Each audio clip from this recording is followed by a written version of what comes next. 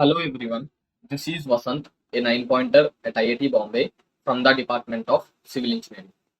In this video, we are going to discuss about transformer section method or transformation method. In previous lecture, we discussed the general method to solve composite beams.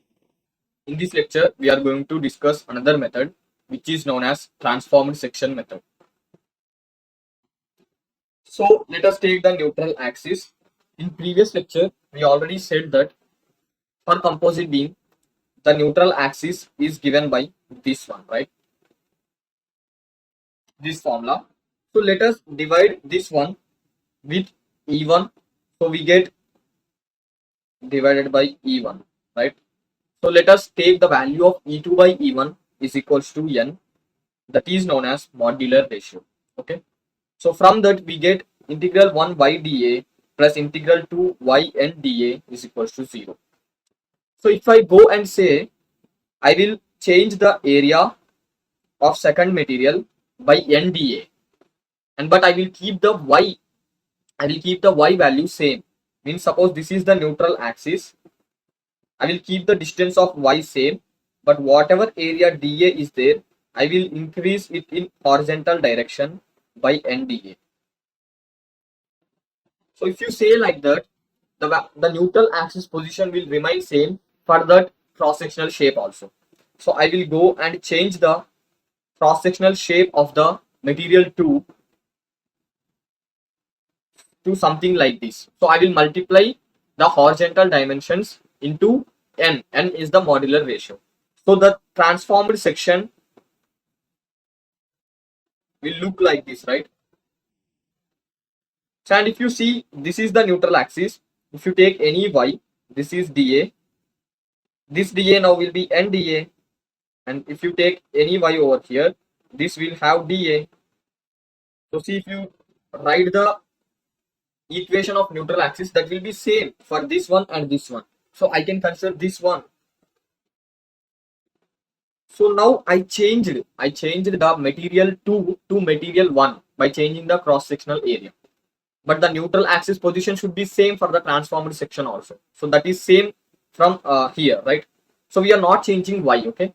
The perpendicular dimension to this neutral axis are not changed. Only horizontal dimensions are changed. So this is about transformed section. So now let us move forward. So moment curvature relationship. See, whatever moment curvature we get for composite beam in generalized method. So in this case also we should get the same moment curvature relationship, right? So now I transformed the section. Now I am going to consider the transformed section only. So for transformed section, it is only made up of material 1. So I can say sigma x will be is equals to minus E1 kappa into y at any position, right?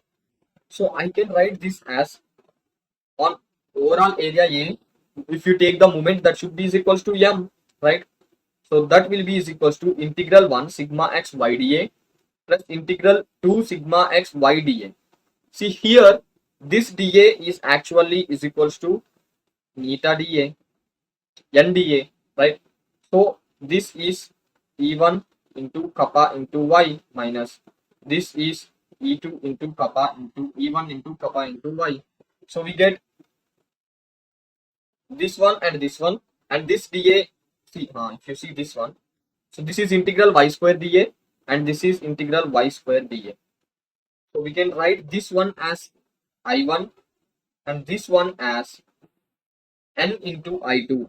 I2 is the moment of area moment of inertia for material 2 with its original cross sectional area. Okay, so for this integral y square dA, this dA is actually n into dA if this is of original cross sectional area. So we will get n I2, right? So from this we can write this as this n is E2 by E1, right? So if we cancel, we get same moment curvature relationship, okay, for transformed section also. Now let us move to the normal stresses. So see, normal stresses here, the transformed section is of single material, that is material 1.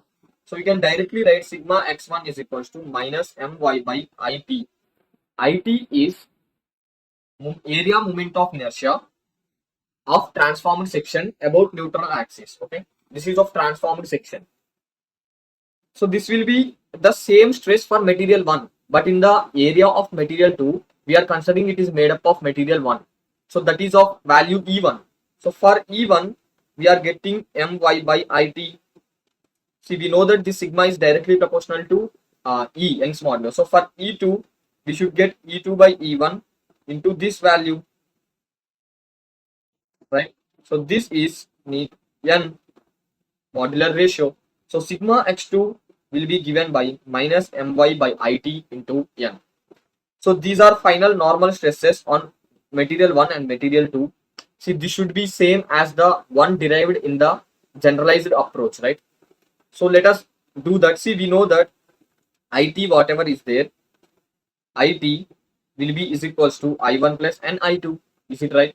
I2 is moment area, moment of inertia of original cross section of material 2. Okay, so this will be right. So this will be E2 by E1. So if you take sigma x2 is equals to minus My by IT into N, so we will get minus My by IT is I1 plus E2 by E1, I2 into N is E2 by E1.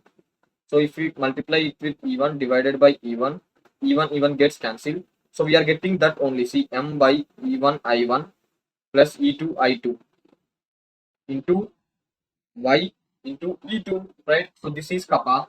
So minus E2 kappa Y. That is what we got in previous generalized approach method. So similarly, if you take sigma x1, that is just My by IT.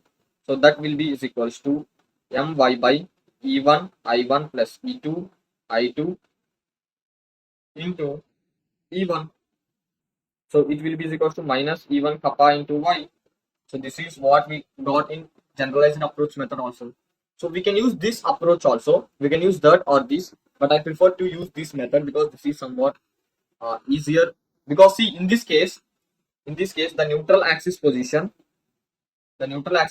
is given by centroid of transformed section. Okay, because it is made up of single material, right? Transformed section is made up of single material. We know that for single homogeneous isotropic material, the neutral axis will be present at the centroid of the cross section. So for transformed section, the centroid of the cross section will be the neutral axis. That position is same for that non-transformed section also. Neutral axis position will not change for both cross sectional areas. Okay, so here neutral axis position find out करना थोड़ा easy है, मतलब बोलने में भी easy है, find out करने में दिक्कत हो सकता है. So this is about neutral axis case, and see how to approach this problem using transformed section method. Okay, so see, first what we need to do is we need to find out modular ratio. Okay, E2 by E1. Prefer to take E2 greater so that we can elongate the area. Okay, so suppose E2 is greater than E1, so then you need to change the material 2 ka area. Okay, so suppose the area is something like this. It is something like this, and it is of material 1, it is of material 2. Then you need to transform the upper one. Okay, this one, the numerator one, so to 1, and this as 2 into this is beta into A. Okay, this is A.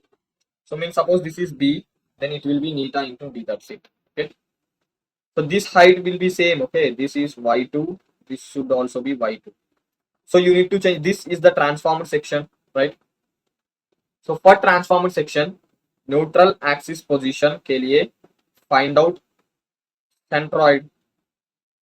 So from that we can get neutral axis position. After that, find out IT. So IT is area moment of inertia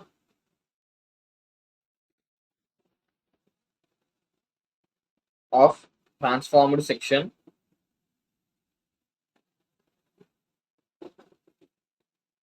about neutral axis. Okay, we will get the value of IT. Then whatever material we doesn't change the area of whichever material we doesn't change it. Material the area of the material 2, right? For material 1 we can write sigma 1 as My by IT. For whatever material we change the area, for that we can write sigma x2 is equals to My by IT into modular ratio. So this is the procedure you need to follow to get the answer from transformed section. Okay. So I hope you understood clearly. If you like this lecture, do subscribe to our channel 9 Pointer for more interesting videos like this. Thank you.